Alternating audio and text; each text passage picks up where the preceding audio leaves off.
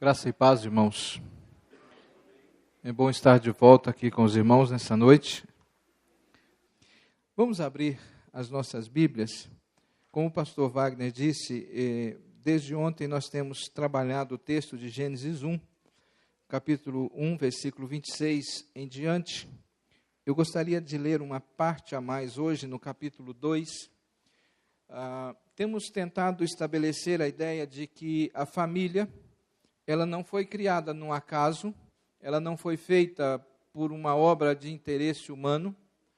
Temos percebido que família não é apenas um lugar para que haja satisfação emocional, para que haja uma convivência, mas que a família está dentro de um propósito maior, de uma ação maior de Deus, que no seu ato criador, no seu ato criativo, Deus estabeleceu algo a mais e que talvez nós não tenhamos percebido isto ao longo do tempo.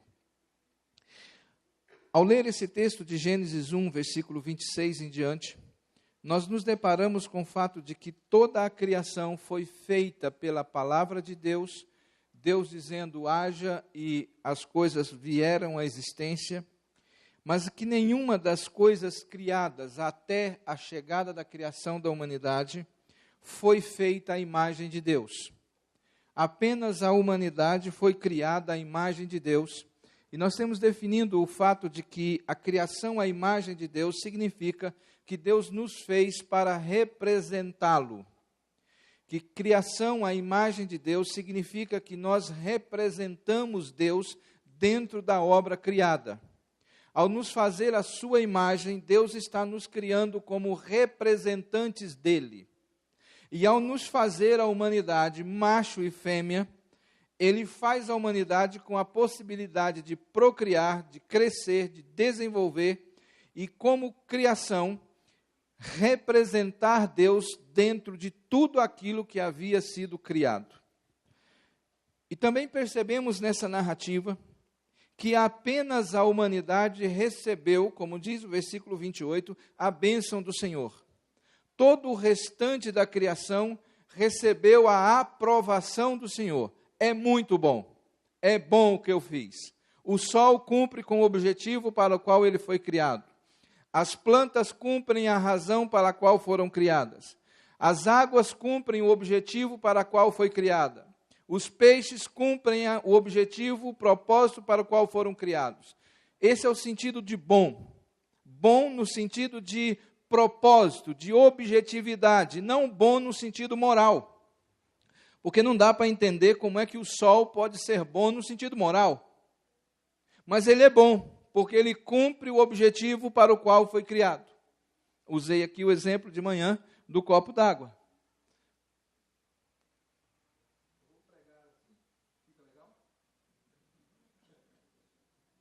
Esse copo não é bom. Ele não cumpre a função de amplificar a voz. Mas ele é muito bom para guardar água. Eu vou tentar beber água com esse microfone. Não vai dar certo. Mas para amplificar a voz, ele é perfeito. Ele é muito bom. Cada coisa foi criada com um objetivo, com um propósito, e nesse sentido que Deus está dizendo que tudo foi bom. Mas ao homem, além de ser bom, Deus o abençoou. A bênção de Deus foi dada ao homem para que ele possa crescer, encher, multiplicar, dominar, sujeitar, para que ele possa ser o vice-regente de Deus na terra, para que ele possa representá-lo. Para isso, Deus estabeleceu mandamentos, preceitos, ordens. Um desses mandamentos que trabalhamos hoje pela manhã, o mandamento cultural, ou seja, Deus nos deu capacidade de interação, de domínio, de conquista, de tudo que é da criação, para que nós possamos agir para a glória dele. E Deus também nos deu um mandato social. Ele nos fez relacionais, ele nos fez seres que se relacionam. Ele nos fez seres capazes de interagir, capazes de viver em unidade. E hoje à noite eu quero completar essa lista, dizendo que Deus nos deu também um mandato, um mandamento espiritual. Ou seja, ao nos criar como uma comunidade do pacto, Deus nos fez capazes de relacionar com a cultura, Deus nos fez capazes de relacionar com o semelhante, mas Deus também nos deu a capacidade e a necessidade de nos relacionarmos com Ele.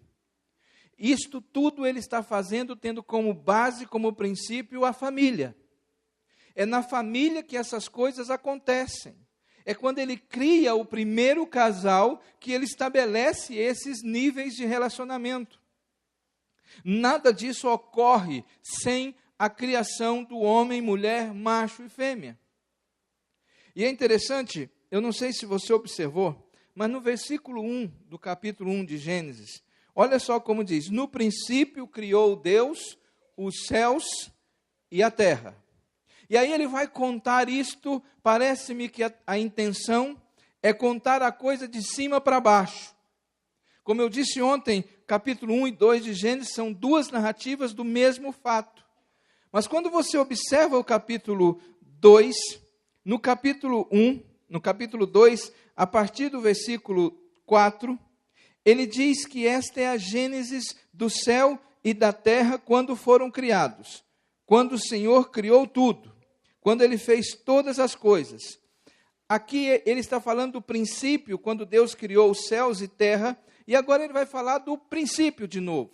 Gênesis, princípio dos céus e da terra, quando todas as coisas foram criadas. Agora ele resumiu todo o capítulo 1 nesse versículo 4. Quando ainda não havia nenhuma planta, quando não havia nada no campo, pois não havia erva no campo, porque o Senhor não fizera chover sobre a terra, também não havia homem para lavrar. Essa é a Gênesis. No começo, no início de tudo, então, versículo 7 do capítulo 2, formou o Senhor ao homem do pó da terra. É interessante isso aqui. E aqui quando nós começamos a perceber esta relação, esse mandato espiritual de Deus.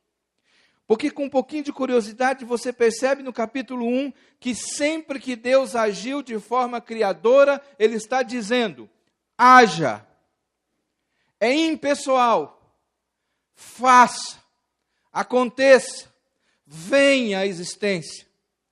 Mas quando Ele vai tratar da criação do homem, Ele formou.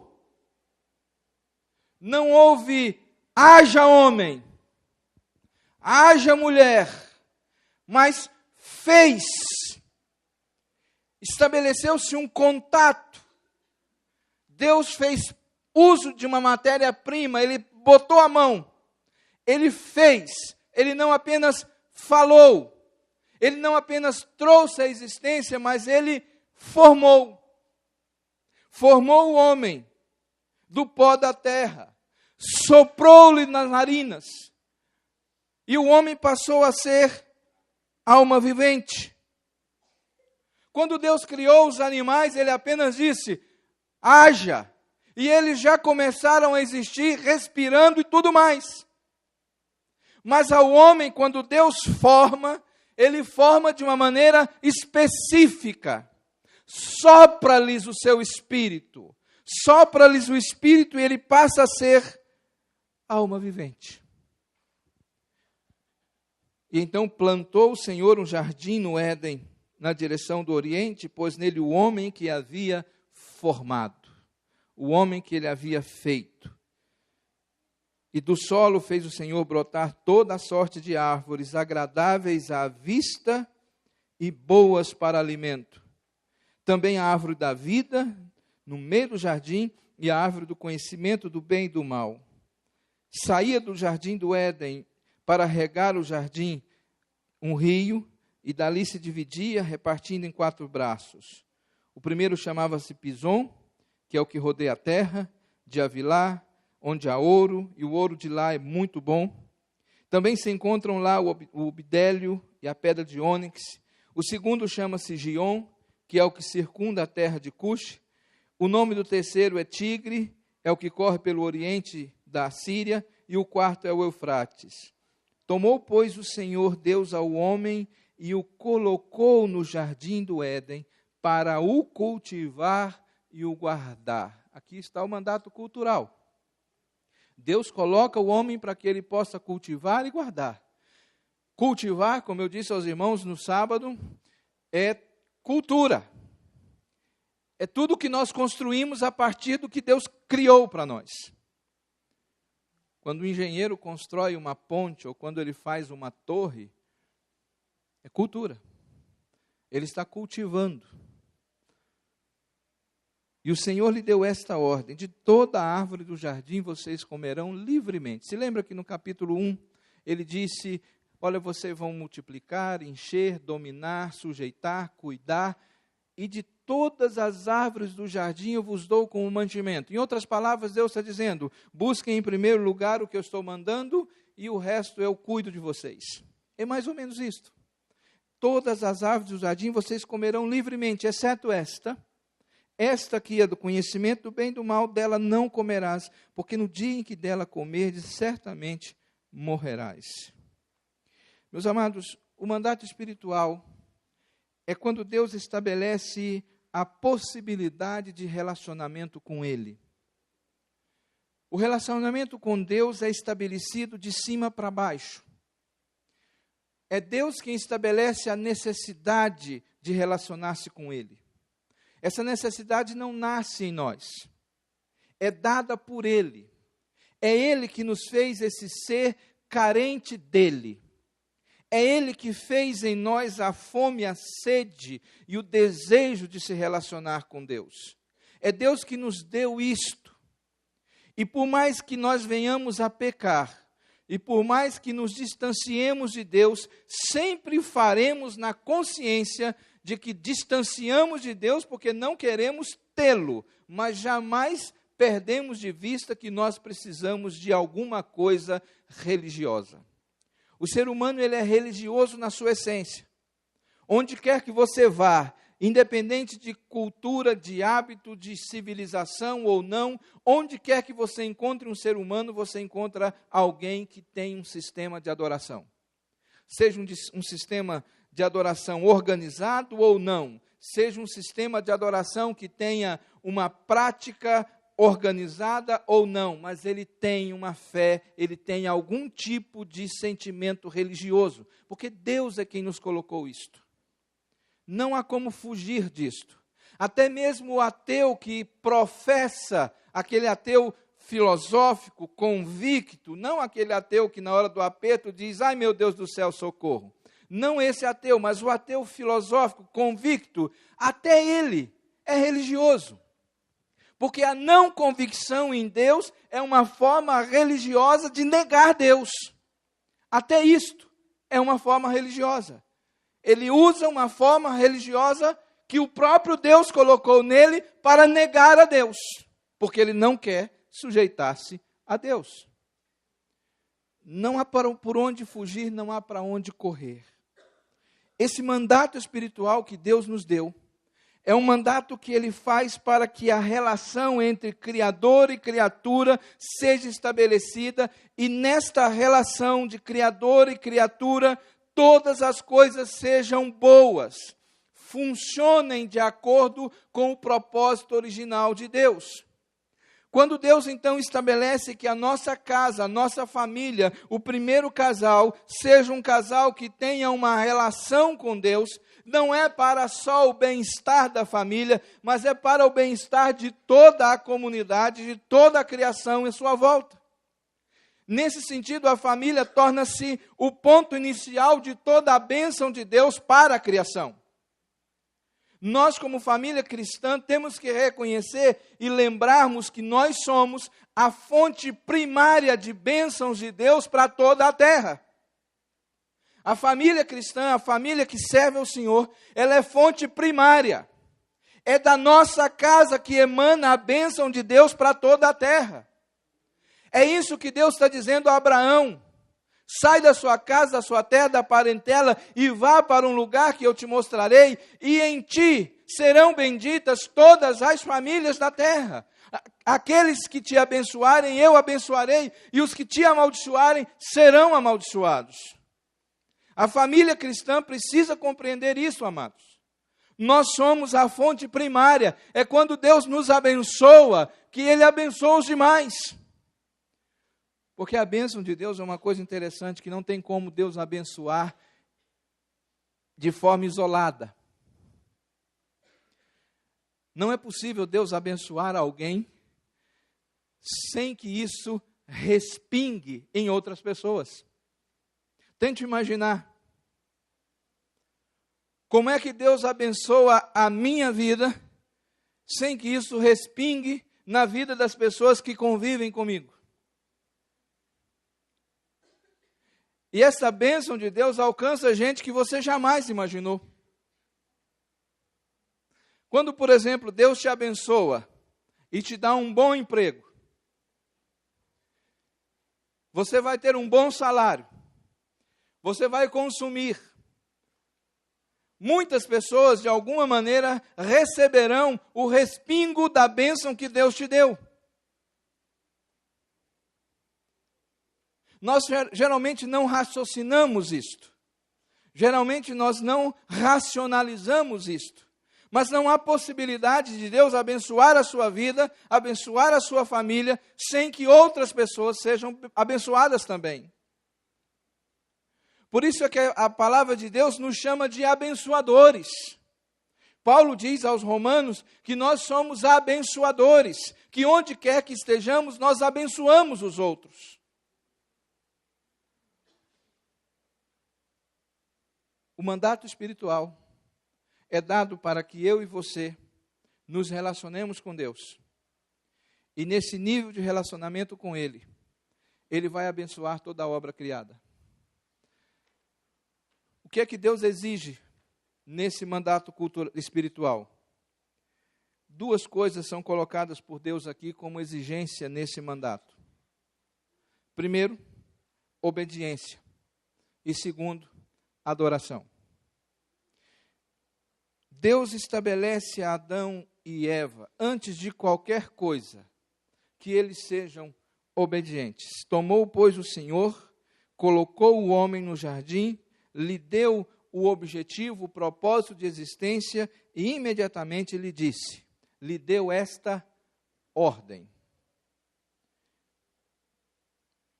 Qual é a ordem? Não coma. Deus está exigindo deste casal obediência. Obedecer, amados,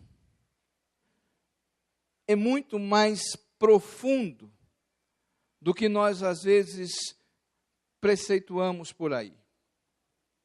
Obediência, do ponto de vista do que Deus está colocando para Adão, é uma decisão de lealdade.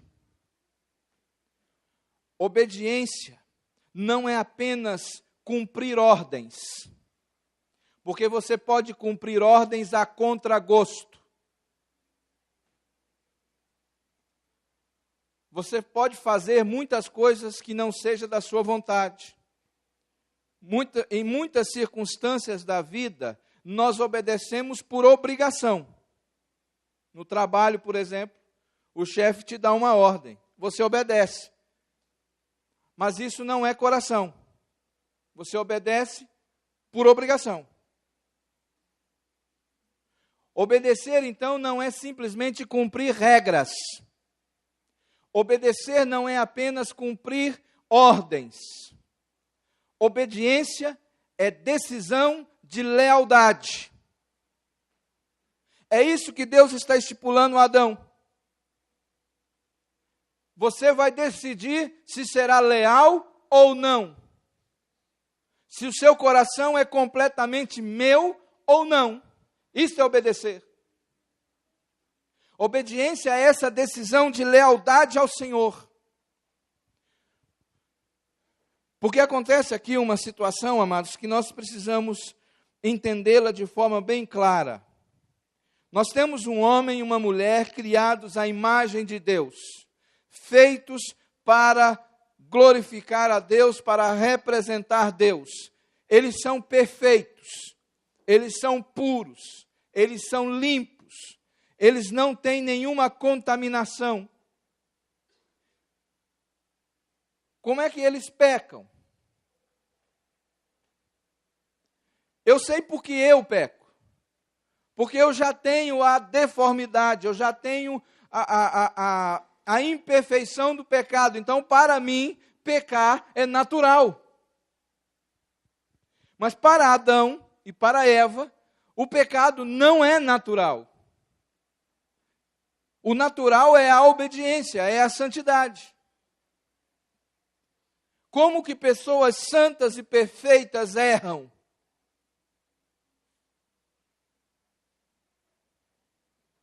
Pessoas santas e perfeitas como Adão erram. Porque Deus permitiu, Deus deu a Adão a possibilidade de não ser leal a Deus. De alguma maneira, Adão decidiu que não seria leal a Deus. Seria leal a ele mesmo. Quando Deus estabeleceu esta ordem, Ele estabeleceu para um homem santo, que vivia em um estado de perfeição e em um estado de relacionamento absolutamente perfeito com Deus. E Adão decidiu que ele não seria leal a Deus, mas que ele seria leal aos seus próprios desejos. Nós desobedecemos a Deus não é quando nós descumprimos ordens. Nós desobedecemos a Deus quando nós decidimos que não seremos leais a Ele. Quando nós decidimos, mesmo obedecendo. Querem um exemplo bíblico disto? Jesus conta uma parábola dizendo que o pai chegou para um dos seus filhos e disse: meu filho, vá até a vinha. E o filho disse: eu vou, mas não foi.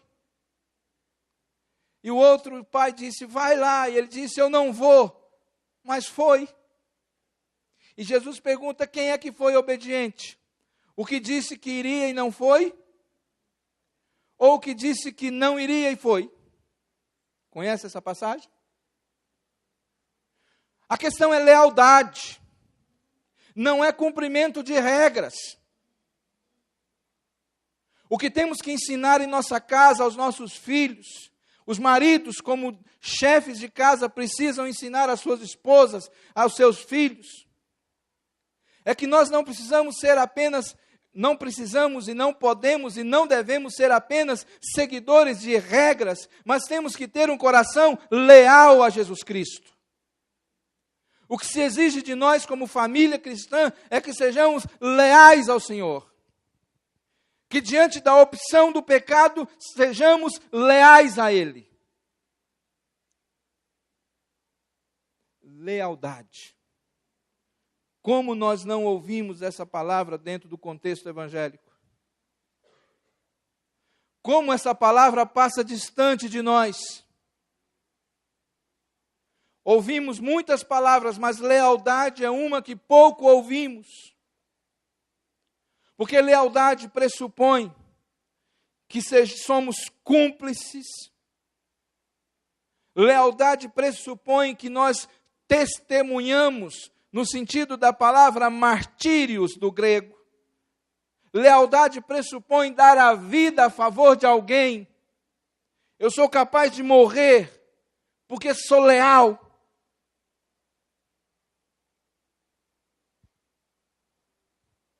Sem muita reflexão, eu ousaria dizer aos irmãos que, por obediência de regras, ninguém morre por outro. Mas por lealdade, nós podemos dar a vida por outro. Esse pacto, esse mandato espiritual de Deus para nós, ele exige que nós sejamos leais com Ele. Lealdade implica em amar mais ao Senhor do que a mim mesmo.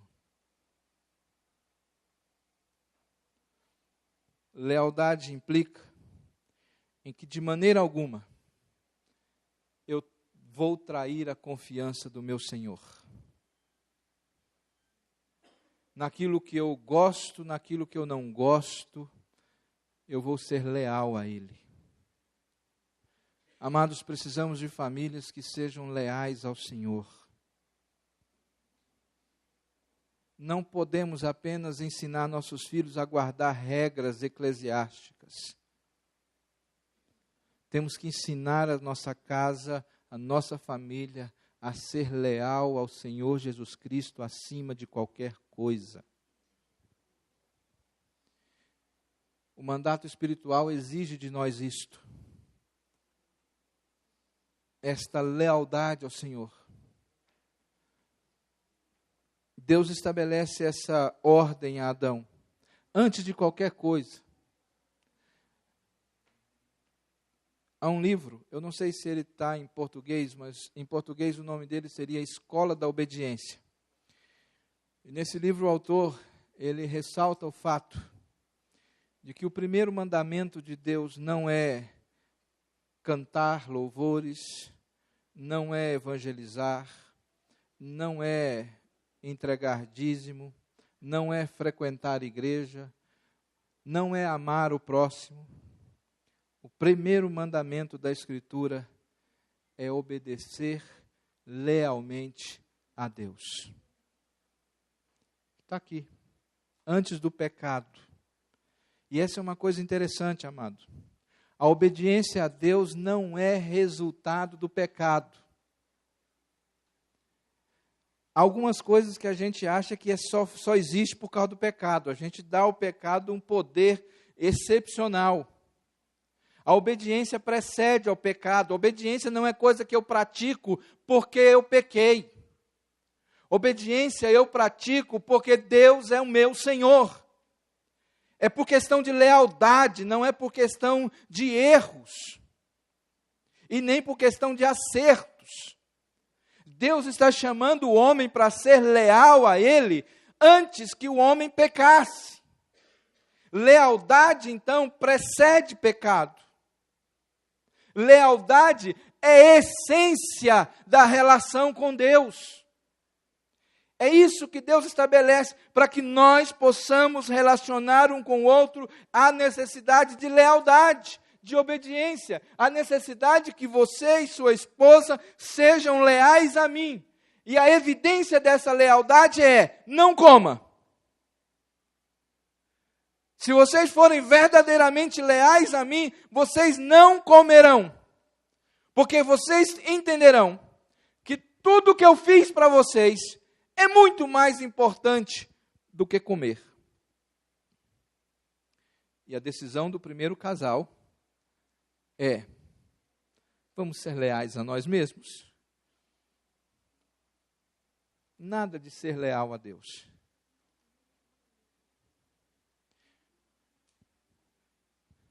Irmãos, como é que nós temos ensinado, como é que nós temos conduzido a nossa família nesse aspecto de lealdade a Deus? Hoje de manhã, eu preciso confessar, eu pequei aqui, depois da pregação. A irmã fez uma lista aqui de irmãos que precisavam ser fiéis ao compromisso que fizeram de tocar, de aprender a tocar. Aí eu não aguentei, eu pequei com alguém que estava ali. Eu disse, se fosse para a aula do cursinho, os pais levariam. Lembra que eu tinha dito que nós investimos muito nos nossos filhos para que eles sejam bons profissionais, não servos de Deus. E aí o exemplo veio em cima. Aprender a tocar para servir a Deus na igreja? Não, meu filho, vai estudar, faz outra coisa. É isso que nós estamos ensinando aos nossos filhos, que eles sejam leais ao Senhor, dizendo que há coisas mais importantes a serem feitas na vida do que dedicar-se a Deus. É isso que nós ensinamos aos nossos filhos sobre obediência.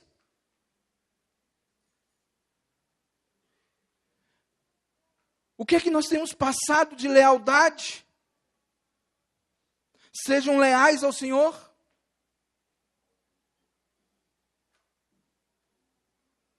Acima de tudo, Deus espera que nossas famílias sejam famílias que sejam leais a Ele. Lealdade. A segunda característica desse mandato espiritual que Deus nos dá é a adoração. O versículo 1 do capítulo 2 nos diz que foram acabados os céus e a terra e todo o seu exército.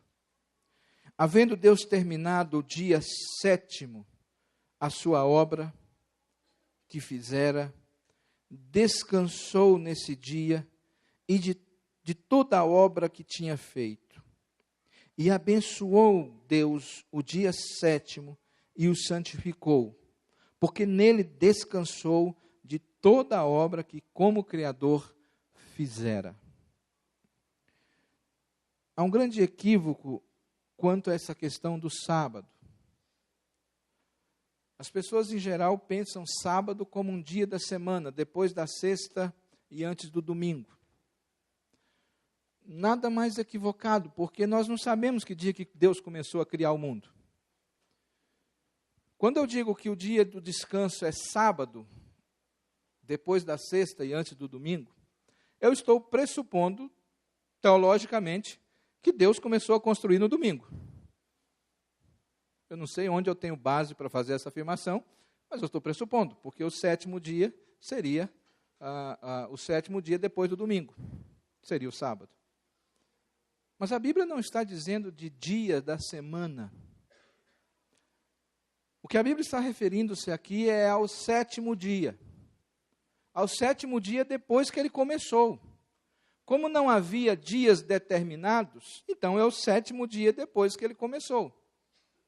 O 7º dia depois que eu estive aqui, aconteceu certa coisa. A contagem não é semanal, mas é 1º dia, 2º dia, 3º dia, 4º dia, 5º dia, 6º dia. No 7º dia, Deus descansou. Há aqui em hebraico quase que um vício de linguagem, porque a palavra descanso, ela no hebraico é uma palavra fácil de ser dita, Shabat, que lembra muito pelo som a palavra latina sábado, porque o latim copiou do hebraico a palavra Shabat e a latinizou, dando a ela o sentido de sábado. E aí criou-se um dia da semana chamado sábado. Shabat não é dia de semana. Shabat é o dia do descanso. É o 7º dia, 6 dias você trabalha. No 7º dia você descansa. Mas não como eu disse hoje de manhã.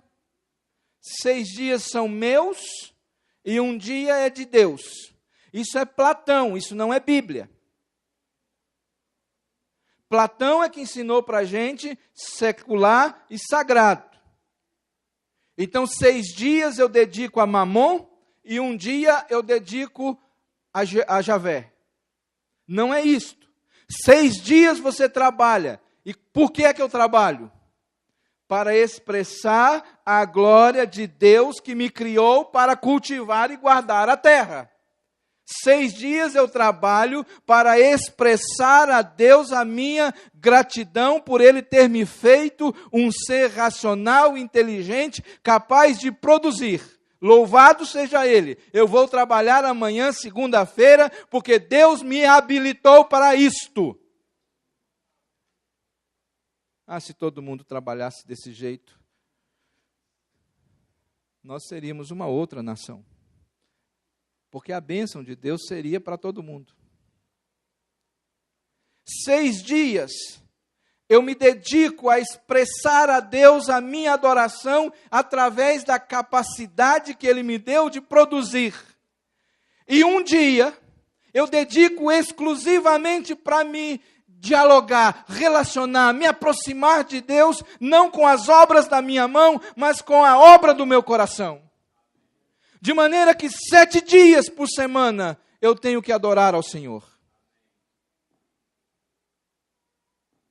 Guardar um dia da semana, meu irmão, é dizer para Deus, 6 são meus, um é do Senhor.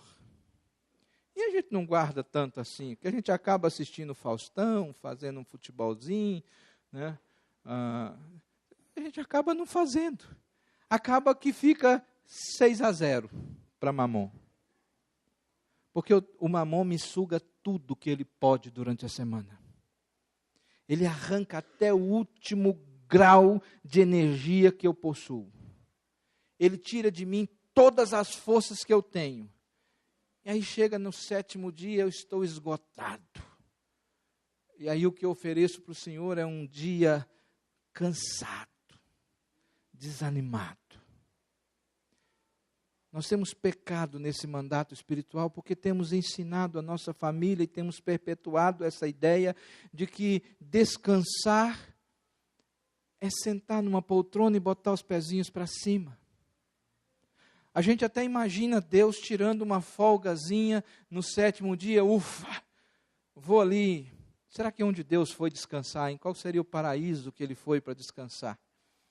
Nós poderíamos ir numa cachoeira aqui em Pirenópolis, poderíamos ir a um rio, ou uma chácara, ou fazer um passeio em algum lugar. Onde é que Deus teria escolhido para passar o fim de semana? Ele não foi a lugar nenhum, porque em qualquer lugar ele está. O que seria descansar? Deus descansou para contemplar a criação. O descanso de Deus foi contemplar a criação, até porque Jesus diz que o Pai trabalha até hoje. O descanso de Deus foi se gloriar no que Ele fez. O descanso de Deus foi olhar para a criação e dizer, eu realmente sou grande. Eu realmente sou sábio. Eu realmente tenho todo o poder. O descanso de Deus foi contemplar a sua obra. Foi olhar para tudo que Ele fez e sentir-se realizado. E Ele diz ao homem, agora vocês farão a mesma coisa. Só que você não vai olhar para a obra das suas mãos, você vai olhar para mim. Porque você também é obra da minha criação. O dia do descanso, estabelecido pelo Senhor, é o dia que nós temos que reverenciar Deus, adorar a Deus, colocar Deus em primeiro lugar e adorá-lo por tudo que Ele é e tudo que Ele faz. E eu devo fazer isso nos 6 dias em que eu estou construindo e devo fazer isso no 7º que eu estou descansando. É interessante como essa ideia do descanso, ela avança na Bíblia. Capítulo 20 de Êxodo. O Senhor dá a lei a Moisés. E Ele começa dizendo a Moisés, olha, vocês não terão outros deuses diante de vocês. Vocês não farão imagens de escultura. Vocês não terão nenhum outro tipo de adoração. Somente a mim vocês adorarão. Só eu devo ser o adorado. Vocês não devem tomar o nome do Senhor em vão. Vocês não devem, de forma alguma, adorar qualquer coisa da criação, porque o Senhor, somente a Ele vocês darão culto. E antes de qualquer outra coisa, Ele diz, lembra-te do dia do descanso para o santificar. Deus não esqueceu desse negócio. Quando você caminha para o livro de Levíticos, no capítulo 25, Deus estabelece não apenas um dia, mas Ele estabelece semanas de anos. Então, a cada 6 anos, vocês lavrarão a terra, vocês usufruirão da terra, mas no 7º ano, vocês darão descanso à terra.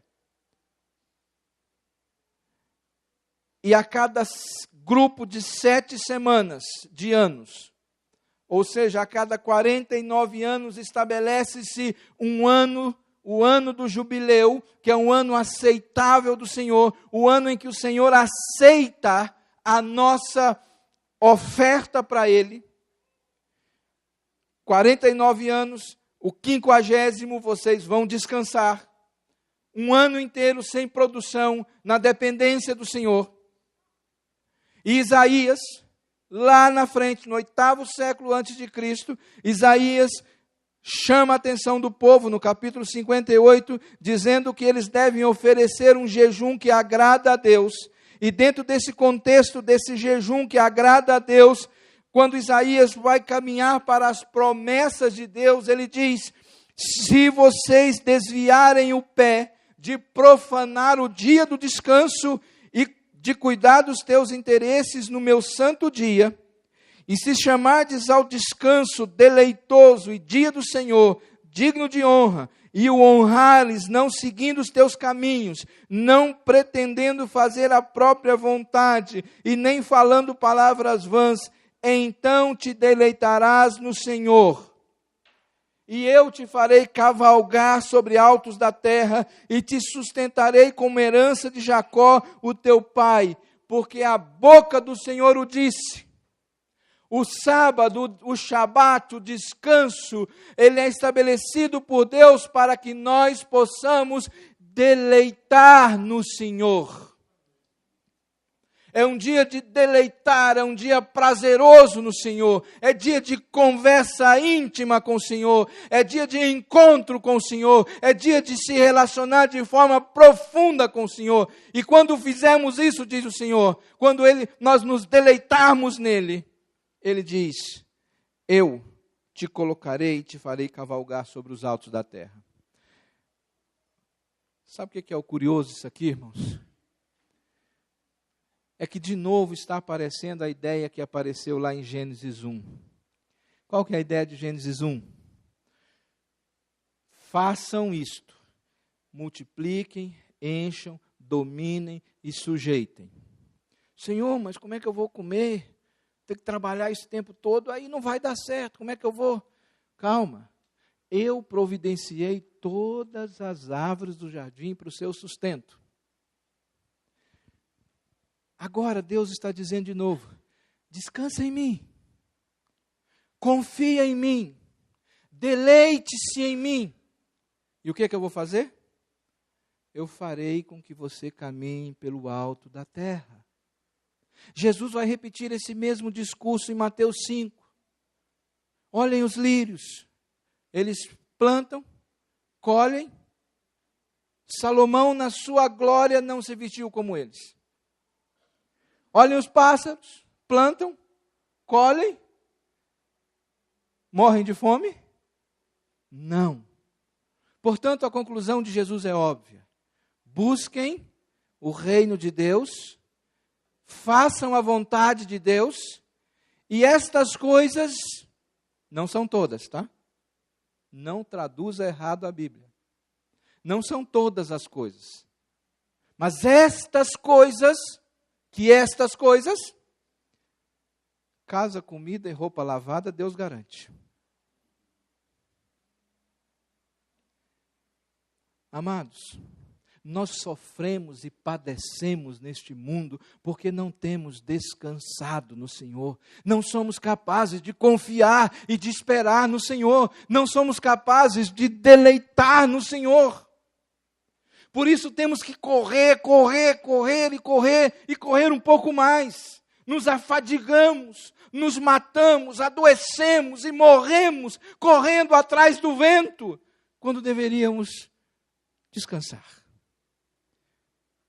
e esperar, porque quem dá e quem tira é o Senhor.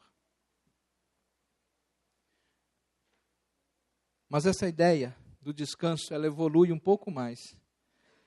E lá em Lucas, no capítulo 4, quando Jesus anuncia o início do seu ministério, ele anuncia o seu ministério em cima da ideia do jubileu. Jesus é o nosso shabat, ele é o nosso descanso. O mandato espiritual de Deus está posto, e ele exige de nós 2 comportamentos: obediência, lealdade e adoração. Deleitar-se no Senhor. Muitos de nós não temos deleitado no Senhor porque temos nos alegrado com outros deuses que nós criamos. Deleite-se no Senhor. Ame ao Senhor. uma palavra direcionada aos pais, maridos e esposas. Ensinemos nossos filhos que eles precisam ser leais a Cristo acima de qualquer coisa e que eles devem amar a Deus, deleitar-se com a presença de Deus. Essa é a família no centro, no meio. Essa é a família na comunidade pactual. O que Deus espera de nós como família é que na nossa casa seja um lugar de lealdade e de adoração plena a Deus. É isso que Deus estabeleceu para nós. E nós sabemos a história que o pecado entrou e deturpou tudo isto. Mas também conhecemos a história de que Cristo nos resgatou. E agora, pelo Espírito de Cristo, nós podemos reviver esta expectativa de Deus. Que Deus possa nos abençoar ricamente e fazer da nossa família uma comunidade do pacto. Um lugar onde Deus é adorado, amado, onde nós tenhamos o deleite no Senhor. E que sejamos capazes de amá-lo de forma leal. Amém?